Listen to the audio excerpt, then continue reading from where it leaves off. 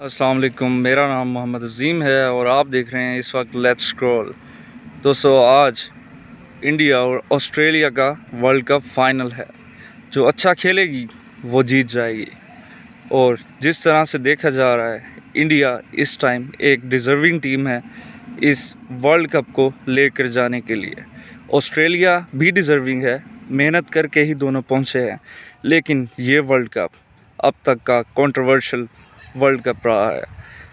इस पिछले महीने में फ़लस्तीन और इज़राइल की वार के अलावा जो सबसे ज़्यादा कंट्रोवर्शियल है वो आईसीसी का ये इवेंट है, जिसमें बहुत से अजीबो-गरीब कंट्रोवर्सीज़ बनी हैं। नंबर 1 कंट्रोवर्सी देखा जाए तो बाबर आज़म की कप्तानी जाएगी और जा चुकी है, बल्कि प्रेस रिलीज़ आ चुकी है। आईसीसी की तरफ से भी आ चुकी है, पीसीबी की तरफ से भी आ चुकी है। शाहीन शाह टी20 के नए कैप्टन हैं। अगर बात कर लें पहली कंट्रोवर्सी, जो मोहम्मद रिजवान ने सजदा किया और उन पर देखा जाए तो वहाँ के वकील ने, लॉयर ने उनके ऊपर केस किया कि क्यों ये पाकिस्तानी क्रिकेटर्स इस्लाम को फैलाते हैं इस तरह से वहाँ पे सजदे करके। इसके अलावा मैक्सवेल की बहुत ही ज़बरदस्त परफॉर्मेंस, एक ना भूलने वाली परफॉर्मेंस रही।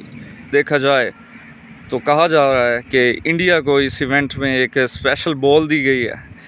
इसको कवर भी किया हमारे एक पाकिस्तानी साबिक क्रिकेटर ने, मैं नाम नहीं लेना चाहूँगा। उसके बाद एक बहुत बड़ी कंट्रोवर्सी क्रिएट हो गई और वसीम अकरम ने बहुत ही ज़बरदस्त इस चीज़ का जवाब भी दिया। और देखा जाए तो कहा गया कि इनकी बॉल में कुछ डिवाइस लगी है जिस वजह से स्विंग हो रहा है ज़्यादा, और जो दूसरी टीम्स हैं वो उनको और बॉल दिया जा रहा है। दोस्तों, ये बिल्कुल ही गलत बात है। ये एक प्रोफेशनल इवेंट है। आईसीसी इस तरह से क्यों करेगा?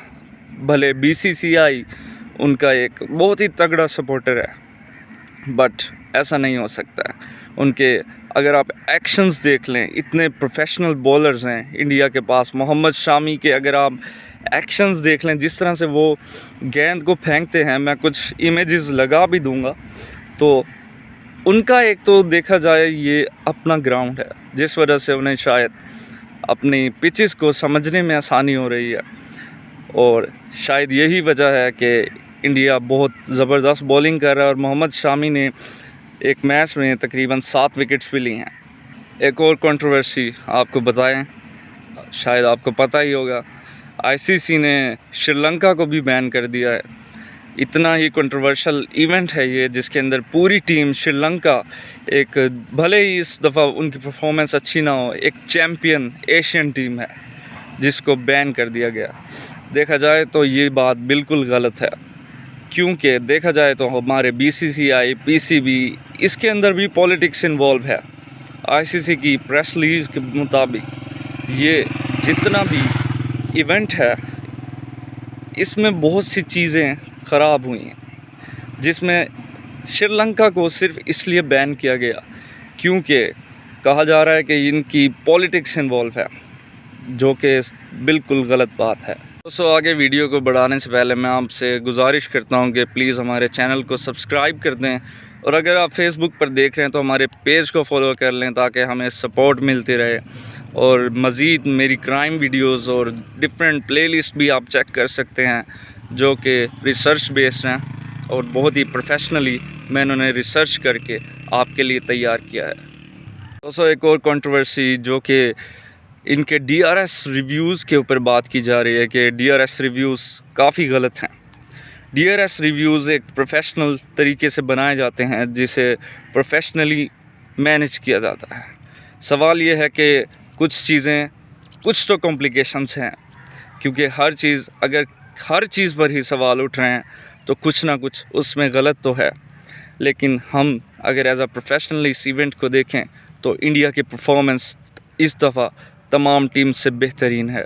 उनकी गेंदबाजी इस बार उनकी बल्लेबाजी से भी ज़्यादा बेहतर हुई।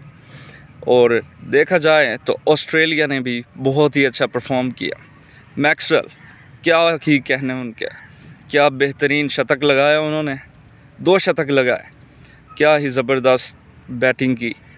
इस तरह इस इवेंट में बहुत कंट्रोवर्शियल चीज़ें तो हुई हैं, लेकिन इससे हमारी पाकिस्तान की क्रिकेट के ऊपर भी सवाल काफ़ी उठाए और काफ़ी सवाल उठने भी चाहिए। क्यों हमारे प्लेयर्स बाकी प्लेयर्स की तरह बेहतरीन बैट्समैनशिप क्यों नहीं शो करते? क्या इश्यूज़ हैं इनके? क्या ये सब पॉलिटिकल इश्यूज़ हैं? जी नहीं, ये पॉलिटिकल इश्यूज़ नहीं हैं।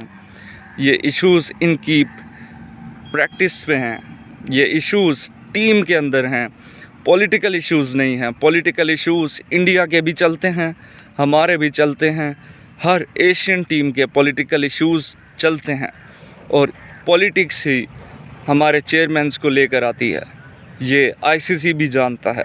इंडिया ने इसके अलावा देखा जाए श्रीलंका को बहुत ही ज़बरदस्त मार्जिन से हराया।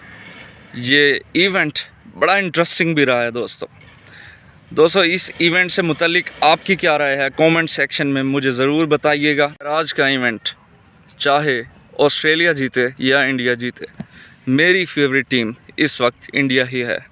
बेहतरीन बैट्समैनशिप, पार्टनरशिप, बॉलिंग, हर चीज़ में बेहतरी, हर चीज़ परफेक्ट, उनके एंगल्स परफेक्ट बॉलर्स के। देखा जाए तो ये वर्ल्ड कप कौन सी टीम डिज़र्व करती है? दो टीमें मुझे लगता है ये वर्ल्ड कप डिज़र्व करती थी, जिसमें इंडिया नंबर 1 प्रेफरेंस है मेरी और दूसरे नंबर पे साउथ अफ्रीका। ये दोनों मेरे हिसाब से फ़ाइनल खेलना चाहिए था, लेकिन जो बेहतर खेलेगा एट द स्पोर्ट वही फ़ाइनल में जाएगा, वही at the sport world cup भी लेकर जाएगा। क्या ये चीज़ें अभी कंट्रोवर्शियल आगे मज़ीद बनेंगी? क्या मज़ीद आईसीसी पर कोई केस किया जाएगा? जी नहीं, ये चीज़ें ऐसे ही रहेंगी। और क्योंकि बीसीसीआई एक आईसीसी का बहुत ही बड़ा पार्टनर है, जो हमेशा आईपीएल से बड़ा रेवेन्यू जनरेट करके उन्हें देता है, वो कभी भी इनके ख़िलाफ़ ज़्यादा एक्शन इसलिए नहीं लेते हैं। इसके अलावा एक काला चेहरा इंडिया का भी सामने आया है हमारे, जो उनकी नफ़रतें हैं पाकिस्तान के ख़िलाफ़, जैसे वीज़े ना देना, पाकिस्तान को तंग करना, पाकिस्तान के सपोर्टर्स जो कि वहाँ पे मैच देखना चाह रहे थे उनको वीज़े ना देना। बड़े ही इस पे सवाल उठ सकते हैं। उनकी कह लें कि दोगलापन उनका या चेहरा, जो कि अंदर से वो कुछ और हैं और दुनिया को बहुत ही अपने आप को फ्यूचरिस्टिक बनाने की, दिखाने की, एलोन मस्क के साथ एक न्यू टेस्ला इंडस्ट्री लगाने की जहाँ तक बातें चल रही हैं, वो सब एक तरफ, इनकी नफ़रत पाकिस्तान से हमेशा रही है और आगे भी रहेगी। दोस्तों स्पोर्ट्स दो मुल्कों को, नेशंस को जोड़ने वाला स्पोर्ट्स होते हैं, लेकिन देखा जाए क्या जब तक बीजेपी की हुकूमत इंडिया पर राज करती रहेगी, क्या पाकिस्तानी एक्टर्स वहाँ पे काम करने जाएंगे? क्या इंडिया पाकिस्तान खेलने आएगा? बिल्कुल नहीं। बीजेपी ने काफ़ी स्ट्रॉन्ग अपने पैर जमाए हुए हैं, वो इतनी जल्दी तो अभी इंडिया को छोड़ेंगे नहीं। और हमें अब क्या करना चाहिए? हमें आराम से अल्लाह अल्लाह करना चाहिए, दुआ करनी चाहिए, या अलीज़े सहर के वीडियो देखते और स्क्रॉल करने चाहिए, या मज़ीद अलीज़े सहर को डिस्कस करना चाहिए? क्या दुनिया में इस वक्त मसाइल ख़त्म हुए हैं? जी नहीं। हमारे मुस्लिम भाई, हमारे तमाम मुसलमान लोगों के भाई फ़लस्तीन में इस वक्त मर रहे हैं, शहीद हो रहे हैं, और पूरी दुनिया ने ये वेस्टर्न का काला चेहरा भी देख लिया है। क्या इसके ऊपर हम क्यों नहीं आवाज़ उठा पा रहे हैं? जहाँ पे कुछ कंट्रोवर्शियल होता है वहाँ पे मुस्लिम्स जब भी आवाज़ उठाए हैं, मुसलमानों के लिए अपने हक़ की आवाज़ बुलंद किए हैं, क्यों इनकी आवाज़ को दबाया जाता है? खैर, वापस मुद्दे पर आते हैं। इस बार मेरी टीम फेवरेट जो है वो इंडिया ही है, क्योंकि सिर्फ तमाम चीज़ों को अगर हम निगलेक्ट करें और उनकी परफॉर्मेंस देखें तो सबसे बेस्ट परफॉर्मेंस इस दफ़ा इंडिया की ही है। मुझे तो लगता है कि शायद अब तक की सबसे बेस्ट टीम जो अब तक बनी है वो यही टीम है इंडिया की। कुछ मज़ीद चीज़ें भी सुनने में आ रही हैं दोस्तों। कहा जा रहा है कि बलूचिस्तान और सिंध से हम बैट्समैन नहीं उठाते, इसमें पॉलिटिक्स है। पॉलिटिक्स ज़रूर है इसमें। पॉलिटिक्स, पाकिस्तान के हर हिस्से में पॉलिटिक्स चल रही है इस टाइम। तो ये बात मैं उन भाइयों से बिल्कुल श्योर करता हूँ। बाबर आज़म के जाने के बाद क्या पाकिस्तान मज़ीद बेहतर हो पाएगा? क्या पाकिस्तान का कप्तान ही सब कुछ बदलेगा? जी नहीं, इनको अपनी मज़ीद परफॉर्मेंस चेंज करनी पड़ेगी। अपने आप को एक अच्छा और बेहतरीन खिलाड़ी बनाकर फिर इन्हें सामने आना चाहिए। दोस्तों, मुझे इजाज़त दीजिए और प्लीज़ हमारे चैनल को सब्सक्राइब कर लीजिएगा। बहुत शुक्रिया आपका।